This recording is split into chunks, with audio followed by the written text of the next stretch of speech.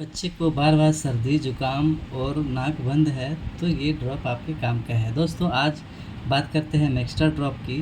पहला फ़ायदा है इसमें फिनाइलफिरामाइन प्लस क्लोराम्फेनामाइन होता है, मतलब दो काम एक साथ, बंद नाक और छींक में भी यह काम करता है। यह ड्रॉप है तो छोटे बच्चे को बहुत आसानी से ये खा सकते हैं और ये टेस्ट में भी स्वीट है, इसलिए बच्चे मना नहीं करते हैं। ये 1 साल से छोटे बच्चे को बिना डॉक्टर की सलाह से ना देना, और नींद आना नॉर्मल साइड इफ़ेक्ट है। और बस इतना ही। वीडियो हेल्पफुल लगे तो लाइक और सब्सक्राइब कर देना।